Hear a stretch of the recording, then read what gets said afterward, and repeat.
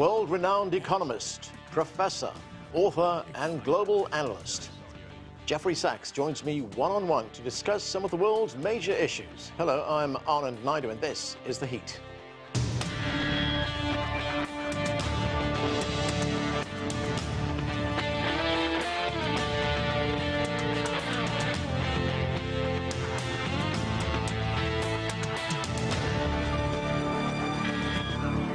With so many big stories making news across the world, it is my pleasure to be joined by the acclaimed economist and global analyst Jeffrey Sachs for his insight and perspective. We will discuss China, its economy, and Beijing's relations with Washington. I will also get his views on the Trump presidency, efforts to end the Russia-Ukraine conflict, and the ongoing crisis in Gaza. Jeffrey Sachs is director of the Center for Sustainable Development at Columbia University. He's also president of the UN Sustainable Development Solutions Network and has served as a special advisor to 3 UN Secretaries-General. Jeffrey, welcome to the show. Great to be with you. Thank you so much.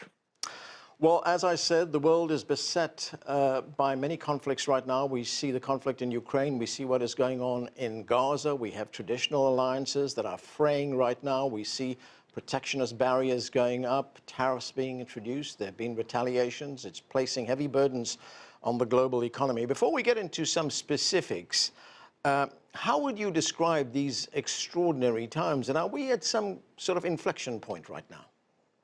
We are certainly at an inflection point. We are in a new multipolar world. Actually, we've been in a multipolar world for quite a while, but the United States hasn't recognized it. So many of the crises that you mentioned, the Ukraine war, the ongoing wars in the Middle East, the tensions between the US and China, in my opinion, have resulted from the failure of the U.S. leadership for many years to understand multipolarity.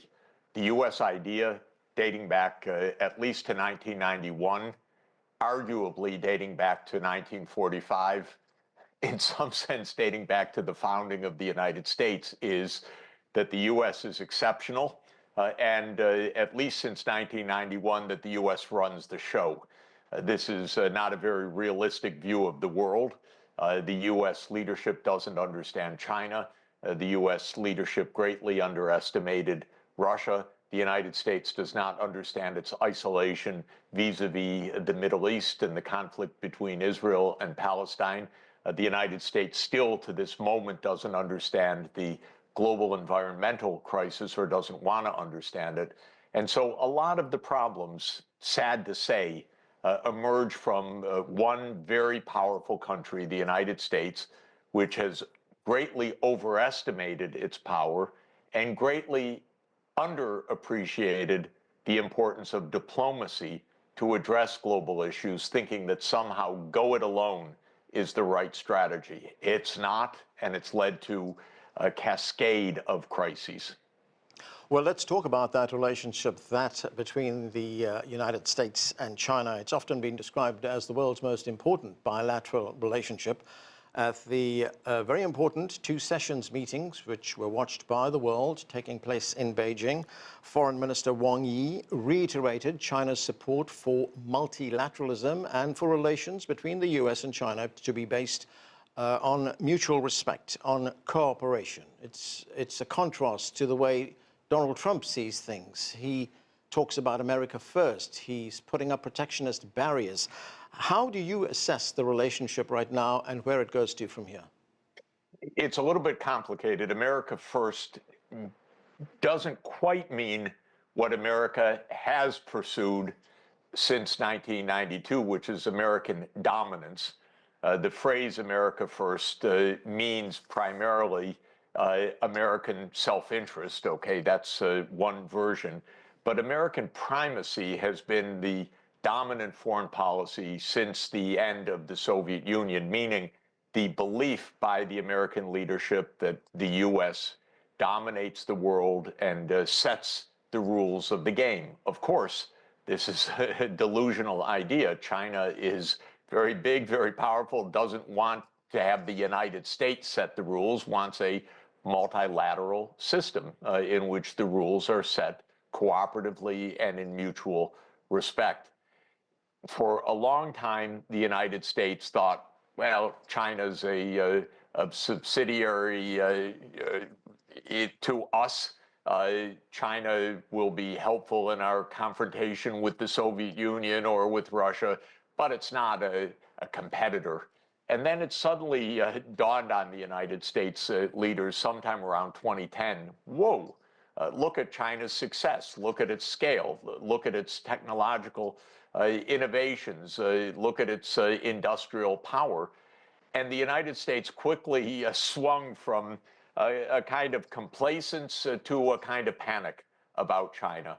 And the panic was, we're number one, but China's a threat to our primacy.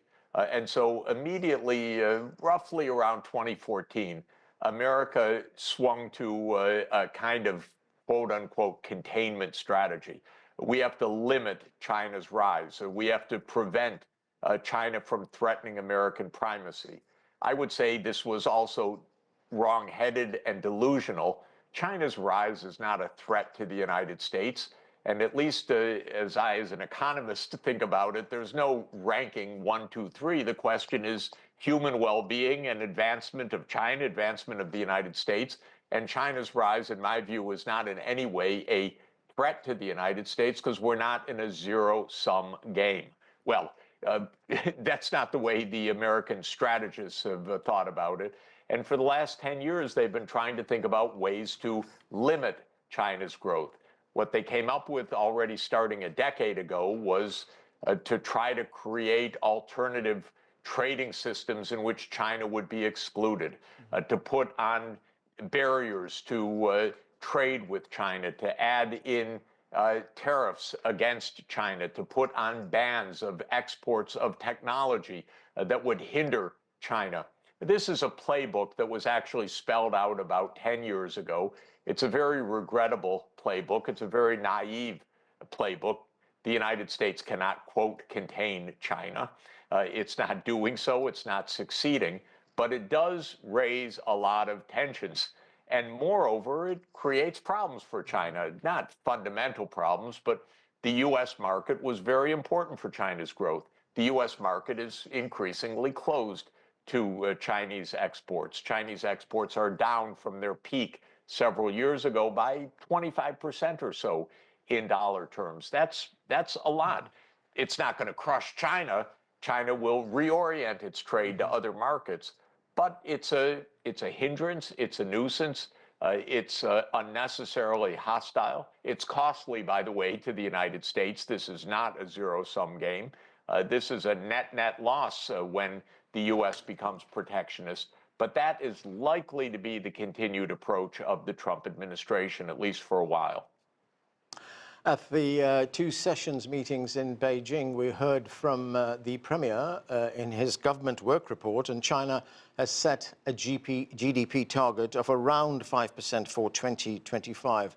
And as you point out, China has made significant progress in technology, especially in things like artificial intelligence, in robotics, as well as in electric vehicles. It's now the biggest exporter of electric vehicles. It is also steering away from its dependence on exports and focusing on domestic consumption. What does this tell you about China's continued growth and how that in turn will drive global growth? First, China can achieve 5% growth for the coming years. China has a lot of goods, a lot of services that the emerging and developing economies urgently need. Zero carbon energy sources, fast rail, in some cases, fourth generation nuclear power, long distance power transmission, electric vehicles, 5.5G data systems, artificial intelligence with DeepSeek and others. China's at the cutting edge of the green and digital technologies of the future. It ought to be exporting those technologies. I wish the United States market would stay open. I wish we would be competing, not protectionist, but China should be exporting those critical digital and green technologies to the rest of the world, not letting the United States stop China's export-led growth, because that should continue. Merely going to consumption means unnecessarily slowing growth and unnecessarily depriving the world of the benefits of Chinese technology and Chinese investments. So I would like to see an expanded Belt and Road program, for example, in which China is helping developing countries to finance essentially the importation of all of this advanced infrastructure, which would build those partner economies, and then those partner economies would repay the financing through their own rapid economic growth in the coming years. In other words, I'm not convinced that the fundamental idea is to shift from exports to consumption. That's a kind of that's an American approach. We're very good at consumption, not so good at investment and exports. I'd like to see China continue its success story with the rapid growth of exports, but helping the emerging and developing economies and recognizing the American economy is going to be pretty protectionist for a while. Right. You mentioned the Belt and Road Initiative. That is now just over 10 years old. What do you make of the progress that's been made so far with this initiative? I think it's a phenomenally positive and important initiative. That's one of the reasons I can say only semi-facetiously that the United States badmouths it all the time, because it's very good and very important. It's helping to finance the infrastructure and the connectivity of the world economy. And it is a source of exports by China to the rest of the world, a source of loans and now increasingly equity capital, meaning foreign direct investment by Chinese companies that are producing in partner countries as well. Now, it's created a so-called challenge of debt repayments by recipient countries, and that has been called a debt trap by the United States and so forth. This is not at all true. The main point is China should be providing financing to the emerging economies. They can repay these loans. The only change I would make in the Belt and Road program, in addition to expanding it, would be to lengthen the maturity of the loans that are given from roughly 10-year finance to 20 or 25-year finance, because developing countries need 20 or 25 years to reap the benefits in terms of increased output that then repays the loans. But aside from that footnote of a lengthening maturity, expand BRI. This is the way that the whole world gets interconnected with advanced 21st century green and digital technologies. I want to turn now to what is going on in the United States. President Trump, of course, took office a few weeks ago. He's instituting significant changes domestically, as well as in foreign policy. Domestically, we see these cuts to the federal workforce. We see the crackdown on illegal immigration. And then, of course, in terms of foreign policy, we see the imposition of tariffs, additional tariffs on China. And now we see tariffs being imposed on the neighboring countries, Mexico, as well as Canada. And the Democrats are struggling to find a response to all of this. What is your view of these first few weeks of the Trump administration? Well, I think that there's one good sign, which is that Trump is aiming to bring an end to the war in Ukraine, which is a useless war that should have ended a long time ago. That's very positive. On the economic side, I'm underwhelmed, if I could put it that way. It's a lot of chaos. Our financial situation in the United States is not good. The budget deficit is around 7% of GDP. But as is a bad habit of U.S. politics, the politicians want to cut taxes, even though there's a huge budget deficit. In other words, the United States is fiscally irresponsible, and Trump is, proposing, he says, cuts in spending, but these cuts in spending either will be very small or will be made on the most vulnerable Americans, basic access to health care and so forth, which would be devastating. And why? To give tax cuts to the richest Americans. So I'm really not impressed by the fiscal framework that Trump is proposing.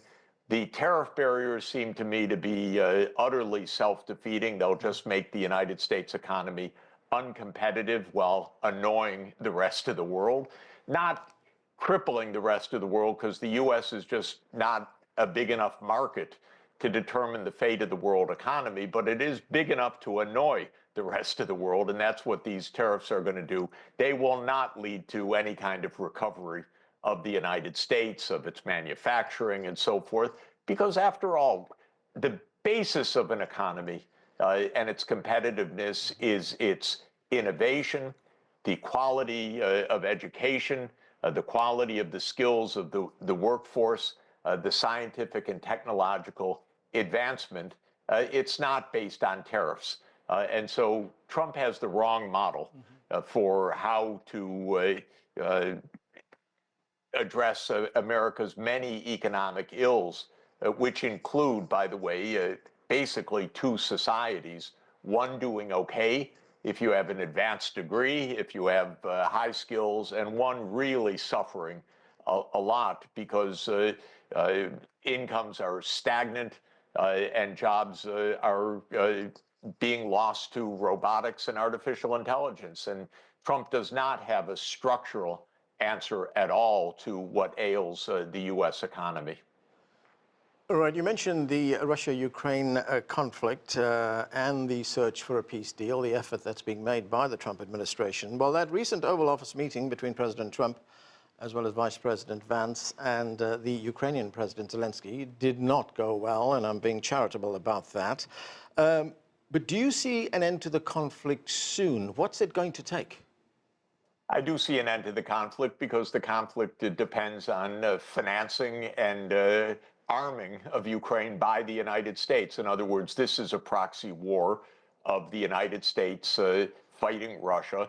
It's doing it by hundreds of thousands of Ukrainians being killed. It's a terrible war. But from the U.S. point of view, it was kind of a game, sad to say. The game was expand NATO to surround Russia. Well, anyone sensible, and there were many sensible American diplomats, knew that this was a provocative and dangerous approach. But believe me, the American leaders have been arrogant and ignorant for 30 years, and they kept saying, we don't have to listen to Russia. We can do what we want. NATO can go where it wants. We ended up with the Ukraine war. Trump is, to his wisdom on this, trying to end it. He doesn't want to hold a losing hand. He knows that this war is lost on the battlefield, destroying Ukraine, and completely unnecessary because it was based on the whole idea that the United States would push NATO to Ukraine and to Georgia, surround Russia in the Black Sea, and that Russia couldn't do anything about it. But Russia said, no, we're not accepting that. That's why we have this war. I think Trump is going to end it because, frankly, Americans don't like this war, don't want to pay for it. Trump doesn't want to hold a losing hand, and the Europeans, who are very warmongering these days, cannot substitute for U.S. finance and U.S. armament. So the war is going to end soon. And if we look at Ukraine's point of view, I mean, I want to reference that bruising encounter in the Oval Office again. What President Zelensky said is that Ukraine wants peace, but it wants security guarantees before a ceasefire, leading to what would be a comprehensive and just agreement. Is that not a reasonable request? Well, there was an agreement on the table, April 15, 2022, which people can find online, which was essentially a way to end the war. And it was with security arrangements for Ukraine. It was with some territorial concessions or adjustments. For example, Crimea's no way going back to Ukraine because of Russian security needs. And at this point, after several years of war, parts of eastern and southern Ukraine are not going back. But the framework of the agreement was already there, April 15, 2022. The United States and UK told the Ukrainians on that date, don't sign, fight on. And probably 1 million Ukrainians since then have been killed or gravely wounded because of that stupid advice from the U.S., but the purpose for the U.S. was actually to have Ukraine fight. They thought Russia would back down. They thought Russia would lose. They thought that American sanctions would kill the Russian economy. All very, very bad miscalculations by the Biden administration. Trump has a more accurate understanding that the war has to end on that basis. So yes, of course there can be security guarantees, but Zelensky has to negotiate. He says, I'm not giving any territory. Well, okay, good luck. The U.S. isn't going to fund this war, and you, Mr. Zelensky, you are ruling by martial law. Your own people want peace right now. They want peace even with territorial adjustments. That's what the opinion surveys show. But we have a president who rules by martial law, and maybe for his own personal reasons, he doesn't want to make any peace deal. But the fact of the matter is, the Ukrainian people want a peace deal. Right, there is something else as well. I mean, there are many people who feel that President Trump is aligning more with the Russian president, Putin, rather than with Ukraine or with European allies. And this is putting a strain on the transatlantic alliance. What advice would you have for the Europeans and what role they could play in bringing peace to Ukraine? Well, I don't see it that way. I think Trump is actually saving Ukraine, not harming Ukraine, because continuation of the war is not saving Ukraine. That's the basic reality. If Ukraine were going to win the war, and no way that can happen, then it would be a different matter. If Ukraine were actually somehow with NATO winning the war, there would be terribly dangerous escalation on the Russian side. For Russia, this is existential. So I don't believe in any way this narrative or rhetoric that Trump is against Ukraine. I think he's actually saving Ukraine. When it comes to the European side, I wish the Europeans would understand the 30-year background to all of this better than they at least profess to do right now. The European narrative, if I could put it that way, is that the war began on February 24th, 2022. That's absurd. The war began with NATO enlargement. The war began intensified with the U.S. participation in a coup that overthrew a neutralist Ukrainian president, Yanukovych, on February 22nd, 2014.